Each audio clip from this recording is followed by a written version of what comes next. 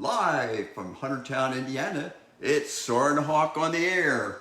Well, we're going to have a little bit something different today, okay? I was ruminating last night trying to figure out what it is that I could come up with for a program that would give you guys something to chew on, something to think about, And it dawned on me that, something that we haven't really discussed is some strange things about birds, Oh. I mean, we've talked about hawks and stuff like that. But you know what? I ran into something very interesting. And that is, birds have teeth. Well, some birds have teeth. Really? Did you know that? No, I wait a didn't know minute. that. What? Yeah. That's kind of was my reaction. Yeah, so that's kind of your reaction. So, anyways, well, we know probably Archaeopteryx and some of those early critters that resembled birds did have teeth. But, now most of the birds that we have don't have anything at all that resemble teeth like we have, where we have bony structures that stick out of a jaw or something like that. Instead, we have some adaptations that allow some birds to be able to eat or get their food or such things. So, one thing I learned was that beaks are called tomas, okay? So the tomas of the birds, okay? So when you talk about some of these. So some of the birds do have some interesting teeth. So I'm going to start off with the first one, a merganser. You guys have probably seen mergansers or cormorants or some of those. And these birds, like this little hooded merganser, which is a common resident around here, well, except when it gets hard to freeze, that they catch fish. And in order to hold the fish, they have serrated bills. So here is a close-up, if you will, of a hooded merganser or a merganser. And you can see the serrations along the bill. And these are actually hardened, okay, if you will, hardened, if you want, skin, if you want to call it that. So you got the toma here, and then you have these protrusions down here, and that is just basically hardened parts of the toma. So it's not really teeth like that, but they do have these serrations, and that of course helps them to hold slippery fish. So you see a number of birds that have this adaptation. So you see like the mergansers, the cormorants. Typically it's going to be the birds that feed on slippery items like fish or snakes or things like that might get away easily. But we don't see them in our hawks. No, our hawks are a little bit different because our hawks, again, they're raptors. They grab onto their prey, they hold it, and then they tear it apart with those sharp beaks. So there are some other adaptations of teeth, if you will. So we have a bird like the shoveler here, the northern shoveler. And these are found pretty well all in the northern hemisphere. And these birds have a special adaptation where their so-called teeth are actually hang down and are separated, and they are allowed to separate, or I should say strain the food that they take in. So you have birds like the ducks, the shovelers, you have flamingos. Flamingos dip down into the water, and then they squeeze out the water, and that leaves behind the little things like there it goes. Shrimp. Okay, the shrimp and other small crustaceans. So it's just like the beluga whales or the any of those that have the baleen, like the gray whales, where they ingest a whole bunch of water and then they squeeze it all out through the baleen. They strain it and they get all the stuff. So another adaptation, and if you will, birds have teeth. So hens don't have teeth, by the way. But there are some other adaptations which you might say are tooth-like. So we have birds like our goldfinches and our grosbeaks, and here you have their toma, and on their toma is formed in such a way that they have actually protrusions that actually allow them to crack seeds open. In fact, inside, like even a grackle has on the palate there a ridge that allows them to crack open things like sunflower seeds, cracked corn, things like that. So in other words, like here, a grosbeak has this nice big protrusion here, which allows it to go snap, and they have a lot of strength too. We talk about our birds of prey being very strong and having a strong grip. Never put your finger in the mouth of a grosbeak, okay? That even goes for cardinals, but even grosbeaks, they can snap a pencil in half. So, can they? Wow. Wow. I've had that demonstration. So it's kind of like, this is one of the things you want to avoid. So anyways, every time you think you know something about the birds, along comes something special, you know. And so, anyways, I think what I'm going to do is, now that I started looking into it, I might look into it a little deeper. Maybe we'll look at tongues and mouths. Maybe we'll look at other ends of the birds, like their feet, other adaptations which make birds special. And so we're going to talk about those. But today we're going to do something a little special. And well, maybe we've done it before, but there are a number of people that want to come out and visit us, a number of our donors and things, and they just can't make it out here because of the pandemic. And so they've been forbidden either by their employers or by their spouses or whatever, and not to come out here, you know. And as you can see, we're almost all healthy. Mentally, maybe not, but physically, yes, we're in good shape. So anyways, we're going to take a look around, walk around. I don't know if anybody has any questions. Anybody had any questions about birds having teeth? No? Okay. No questions yet. No questions yet. Yeah, we might even talk about beaks. Oh, the adaptations of beaks, but you know. And one of the things that I saw today when I came out here this morning, there was an osprey checking us out. You know, really? There's no water in our pond. I guess he spotted the flamingos out there. It must have been no wondering what was going on. Wondering what was going on. But anyways, he flew slowly over and checked us out. You know, just took his time, or she took her time. But anyways, checked us out, see what was going on, and then proceeded. So we have a lot of raptor friends that stop in just to check us out. Maybe they're looking for a free handout. I don't know. But anyways. No fish, Jeff ain't getting many. So let's go on outside and we'll take a look around. And so for you new people that haven't been here, this of course is the office room here. And right now it's our workshop as we're getting the building together. And okay, we'll take a walk around through this way. Okay. Okay, we'll take a walk this direction. This is the, let's see, the ICU, or will be the future ICU. And right now we have cabinets and everything, all kinds of stuff ready to go up. We have all types of, we have our caging. Here, let me put a couple more lights on. So we have the new caging in here, all nice and sparkly and nice and clean. We have, like I said, we have lots of cabinets now available with shelving and partitions in there. You can take a look down through here. So brand new, shiny cabinets, you know. Never been pooped in. Okay, so they're in great shape.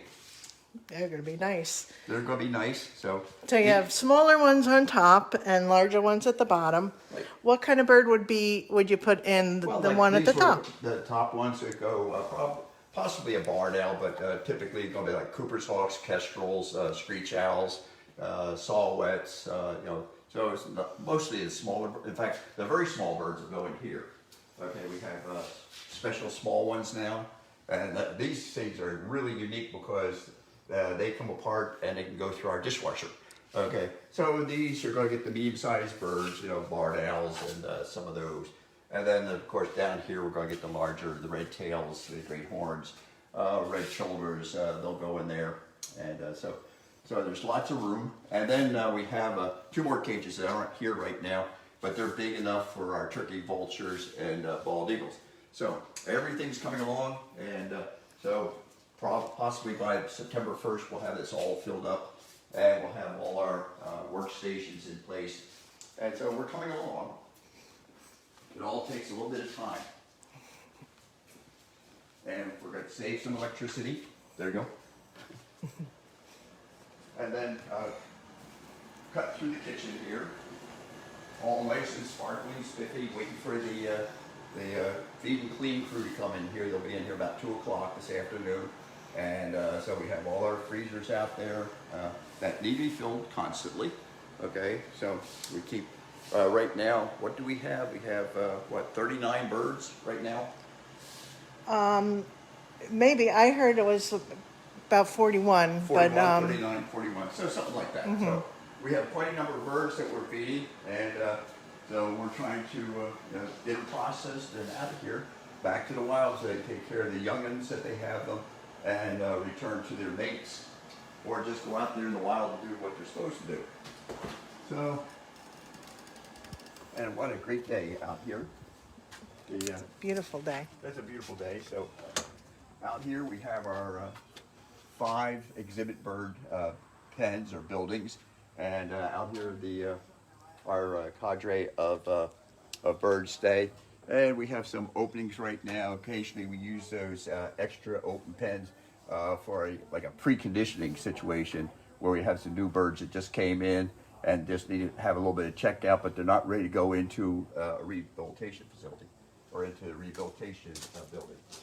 Morning, Ginger. Hawkeye up there. Yeah, Good time swinging. yeah, He's Hawkeye loves that swing. He's a swinger, so so he loves that. You know. How you doing, Hawkeye? And of course, Hawkeye is our broadwing hawk. Right, Broadwing Hawk. He's been with us about 8 years now. Yep. And so out here, but yeah, he perches up here and gets around the. So I believe he's blind in one eye. But he does enjoy his swing. Now he's not going to run around and play on the swing. Right. Yeah. He usually jumps from the perch over here up to the swing, and back and forth and back and forth. Or She he loves goes it. from this one to the next perch. Yes. Back to the back perch, Yep. over to the front perch. So gets lots of exercise. And she likes to swing her perch There we go. sideways rather than back and forth, there you which go. is funny. Yeah, and when she lands successfully on it, she wags her tail. Yeah. That's one of the neatest things. What you doing, huh? What you doing? What you doing? Okay. We may have to go and take her out into the big aviary and let her fly. Yeah, So that she she'd has love that. She'd love that. And Ginger here, red-shouldered hawk. And yeah, I know you're looking for food. She starts making that little begging sound at first. Yep. And so, I'm trying to get her in focus. yeah, it's hard to do with the screen. Yeah. Darn it. Try from over here. Don't walk away. Why? Bye. Bye. Well, there she is, kind of. Sorry, everybody. Having a hard time getting her in focus. Hi. We talked to each other earlier this morning, didn't we? Yeah. Very good. Yeah. Yeah. Yeah. Good Cheyenne. Yeah. So. So Cheyenne's a bay wing hawk or a Harris hawk. Again, another one. Oh, there goes the tail wagging. So they really love their little swing perches. So swing back and forth and enjoy the little extra attention there. And who we got over here? Our new red tail. There's our new red tail. So she is a new one. We know she's female. We DNA tested her this past week. But she is new. She's still a little nervous. She hasn't gone out to any presentations, but she is going to be one of our ambassadors here. Came in with injuries similar to Ruby, vision issues and a crop injury. So she can't see well enough to be released. So she'll be living with us for the rest of her life. Yeah, so, okay. We'll take a check down here. How's Monet doing? Where's Monet? Oh, Monet is actually out okay. with Jillian. Oh, okay. Nick, you flying Orion? Hey, Orion. How you doing?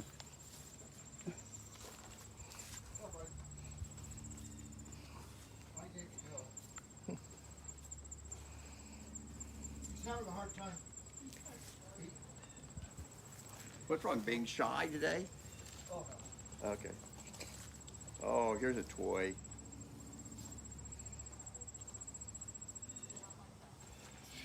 Oh, yeah.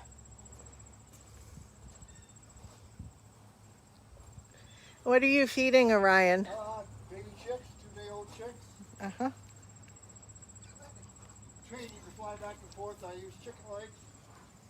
So you can take these down real quick. We do both trips back and forth. And it's just about the right age right now to do what he wants to do with her weight.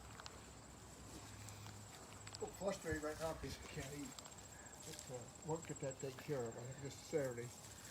Cooking. A lot of times they'll pick the feathers off. Yeah, they tickle. Yeah. Yeah, we've had him for 6 years. He's a female. He came from Marco, Indiana. The parents for these birds stopped feeding them after about 6 or 8 months, and they got to survive on their own. And after the adults quit feeding him. We got him then because he was going up to houses and wanted to be fed from there. So he went up to a house and started pecking on the door and the windows. They turned him into DNR. Then we received him, and we got him back up to this point now. We're very fortunate. The organs and everything are real good in him. Yeah. He's real good with people so far. He won't hunt on his own at all. I give him a live mouse. He just plays with it. So, he thinks it's a toy. Okay, let's go visit some other people and take some other looks around.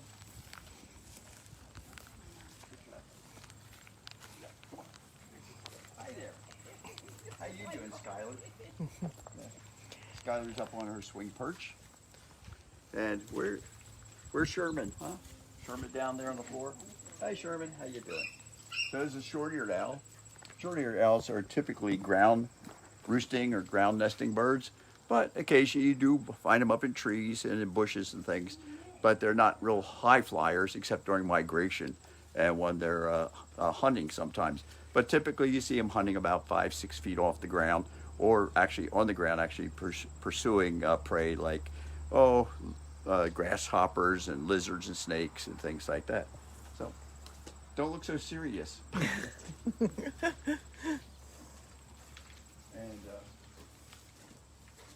I'm doing how you two doing, huh?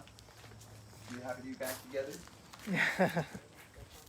So this is Indy and Peabody. They're barred owls, and Indy's been away for a while. She was doing some surrogate mothering of 2 baby barred owls, and the baby barred owls now are at the point where they can fly on their own, and they're going to be going under some testing to see how well they catch live prey. And as I understand it, when Indy and Peabody got back together, it was a really, really great reunion. They were out here hooting it up and having a great time, happy to see each other. They hadn't seen each other for months, even though they've been in communication. They talk back and forth, so you can hear them out here at different times of the day calling to each other. But now they're back together and they don't have much to say. They're whispering. Yes. Hi, Jeff. How you doing, huh? Yeah, how's Jeff doing? Yeah. How we doing? Where are your fish? You ate all your fish. Yeah, this is fish. Our fish. Yeah, this is Jeff. And so he's doing real well, aren't you, huh? Yeah, so we have more toys for him. Somebody cut apart some noodles for him so he can play with those. He has his favorite rubber duckies in there in his pool. And the pink ball, I think, has been rather... must have been bitten into a couple times because it's starting to sink. So I think the pink ball has had it, hasn't it, Jeff? Yeah, I know he's been, for some reason, that pink ball, he likes to play with that one. He likes to play with the pink ball. So anyways, he's our special bird, or aren't you, huh? Aren't you? Good. Okay. And let's see, Ruby over here. Oh, hi. Just sitting out there right in the middle just so you can get your picture taken. Yeah. How you doing, Ruby? Ruby's a female red-tailed hawk. I think we've had her almost, 12 years now? Yes, yeah. At least, so she's been here with us a long time, and she has vision issues, so she stays with us. And but anyways, she gets around her pen nicely, and she goes out to a lot of the programs because she really enjoys people, so she enjoys being around them. What else do we got here? We got kestrels. And where are my kestrels? I think they're all snoozing. I think everybody went in. Oh, our new little girl is on the ground. There she is. There she is. She's on the ground down there. Yes, our new little girl. And so we're starting to train her to go on the glove and actually go out for programs. So. Sorry, everybody. I'm having a hard time focusing on her. I know. Oh, hi, Mary. No Nami. No Nami. Yeah. I know Gigi doesn't like no Nami. She likes Chewy better. Yeah, Let's call it no Nami is sad. I call him Chewy Call him Chewy. Okay. So, for now. So anyways, this is a Eurasian eagle owl. So this is one that's been bred in captivity. It's not a bird that is found around here, is indigenous to this area, but is very closely related to our great horned owls. So this is a bubo, and great horned owls are Bubo virginialis. Right. Virginianus, Tough whatever. coming in so nicely. Yes. But look at this. So was she 13 weeks old? Probably about, I think 14. 14. Yeah. Okay, 14 weeks. They grow up so fast. Can't believe It's it. amazing. But anyways, Eyes. and you weighed him today? Yes, I did. He weighed about, it was 1820. 1820. Yeah, 1820. So now I gotta convert he's, grams yes. over to. Okay, so that's over 4 pounds. Okay. Yes. Yes. Okay. Yes, he's over 4 That's pounds. over 4 pounds. Yeah. 4 into 18 is about 4 and a smidgen. So yep. Yep. Yeah. So I thought he was getting heavier when I was carrying him in his box. I was Yeah. like, oh my. hasn't found a food mouse that he didn't like to eat. Yeah. Probably not. No, he enjoys pretty much everything. We rarely have leftovers. He sees something now. Yeah. Oh, there See you go. something out in the prairie. Hi, Marshmallow. This is Marsh. He's gonna go in with Indy and Peabody after he's has become more used to being on the glove and get some more training to go out and greet people. Oh, we haven't got Monet. Come on, you're hiding in the shadows. Hi, Monet. Monet's a barn owl. This is another one of the captive bred birds. Used to be quite common in the area, but with our current agricultural processes, procedures, they don't have the food base that they once had, and so now they're not found too often. There are some maybe to about 15, 18 miles about east of us that live in the barns and stuff, but typically are found on Amish farms, and because the Amish practice the old style agricultural type things. And the Amish really appreciate these guys because these guys devour a lot of mice, rats, moles, and other things that attack their crops. So it's not uncommon to find them in Amish farms. So, what are you hissing about? Yeah, so another one of the birds has been babied. Okay, so. But I just heard that they're very abundant in Hawaii. I didn't know that. Yeah. But I've been to Hawaii. I know And that. they're not indigenous there, Yeah, but yeah. they're Short-eared owl. harming the short-eared Oh yeah, owls. that's right. Because Yeah. short-eared owls are found there, but probably the barn owls, but they're being introduced as a rodent control. Yeah, In fact, if you go down into Southeast Asia, where they have oil palm trees, you'll find owl boxes in there with barn owls in there Yeah. because they control the rat population that would devastate their crops. So it's not uncommon to see them there. But Probably she said they're scarce here, but you can't bring them over for some no, you can't. Nope. health reasons or Nope. yeah. Nope. The barn owl family, the Taito family, has about I think 12 or 13 different species in it, and then the barn owls, and there's probably about 5 or 6 subspecies. And you can't bring European birds over here, so we can't, and so what we have to do is just let nature take care of itself. So, okay, let's go on, continue, and so we've talked to Cheyenne, a few of those.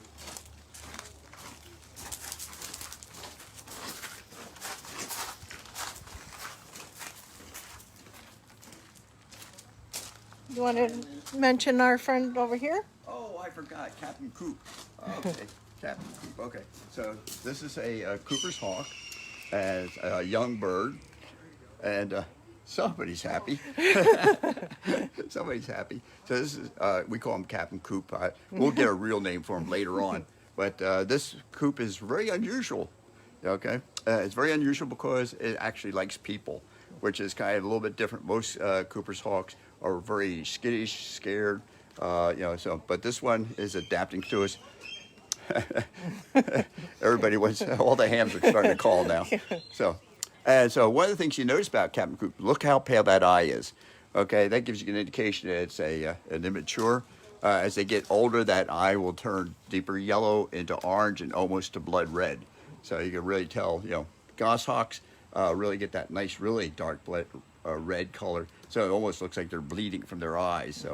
So very good, Captain Coop. So another bird that's going to be very unusual for people to exhibit out in the out. So this is another bird you're going to be seeing on the trail if we ever get to go back to school. Okay, so I forgot about Captain Coop. And let's see, he's over here. Lynn and her favorite two birds. Lynn told me the other day, she says the big secret here is stay standing, don't lie down. Okay. So two turkey vultures here.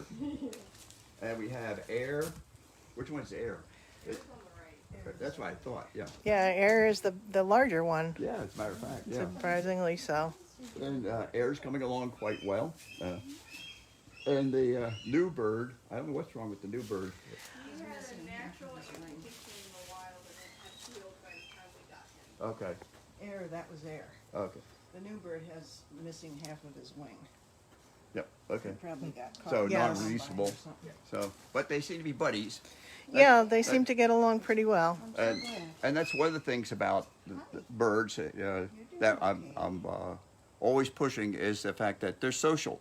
They're social animals, and believe it or not, you know, we are part of their flock. You know, so when they see us, you quite often you'll see them rouse because they're excited to see us. So we're part of their flock, and hopefully they're part of our flock. Okay, so it's, you know, so it's part of the Soarin hawk people. So how you doing? He got a little bath, didn't he? So behind us is our rehab building, and we have different length pens for different size birds. And in here, we're getting them more conditioned to go in the out, to be released at the outdoors. It gives them more space to fly back and forth and to get some exercise, also some feeding, but also lots of fresh air and get them ready to go out. And over here we have our one of our aviaries. This one's about 88 feet long, and it's designed so that birds can fly freely and they can exercise. Oh, we've been locked out. Okay. Nobody's going to sneak in on this. So come on in.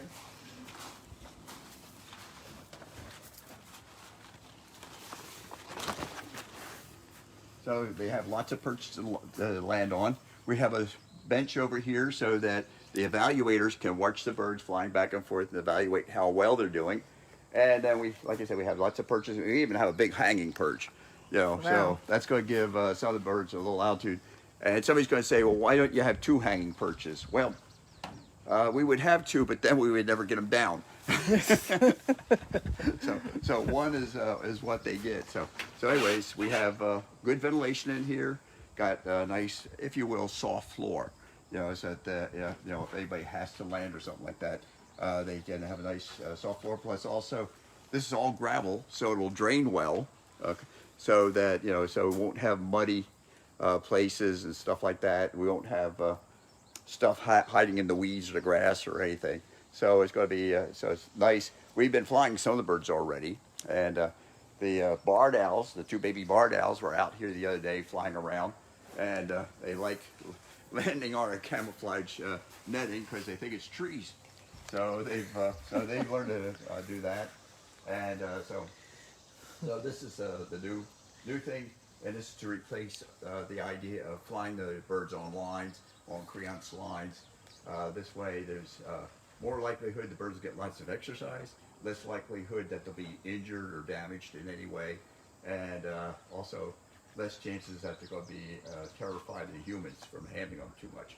So this is the new thing. And, It's a great improvement for us. yeah, so it's going to be a great improvement, you know, and so we can get 4 or 5 birds in here flying around if they wanted to, you know, and like I said, we put the big perch up there. Jeff, the bald eagle, he's been in here a couple times flying back and forth.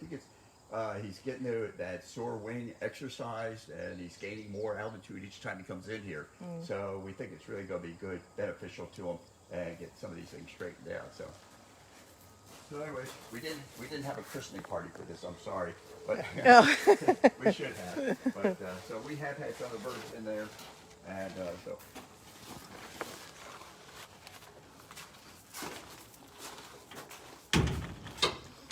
Don't have to lock the door, but just stay in habit. So, Yes. Good habit.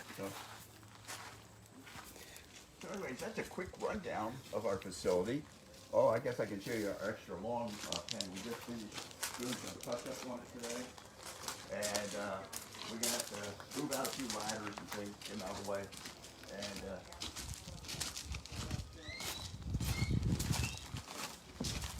we also have to put more gravel in. We have some landscapers coming in the fall that are going to be donating trees and bushes to us. And so we'll be planting those. We have some white pine trees coming in. That'll be a windbreak on one end of the facility. And we'll probably put some, if we have enough, we'll put some other trees in the background. Maybe a little picnic grove where the volunteers can hang out, when they get a little tired or, But yeah, so here's the other building, just finishing up.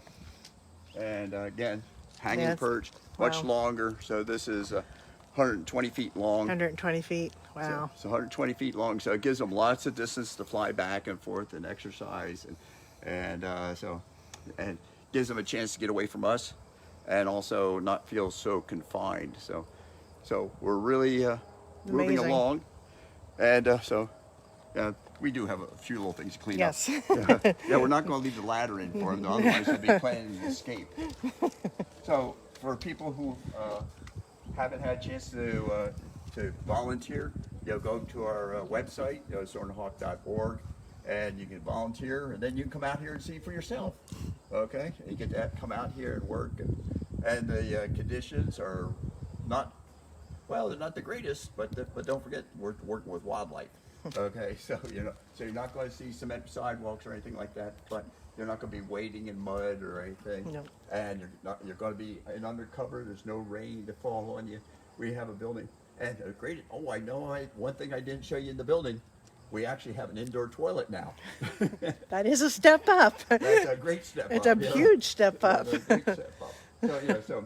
So we have come a long way, and we're putting some finishing touches. So the last thing that has to be done is the ICU, and hopefully, if everything works well, we'll have that all together, at least operational by September, and then the finishing touches will probably be sometime around October. Because every time we do something, we learn. Okay, we learn something more that we should do. Do we have to add another perch to a room? Okay, do we have to do something different? So it's birds first, and maybe the volunteers second. So we're not a social club. We're a rehabilitation organization rescuing wildlife.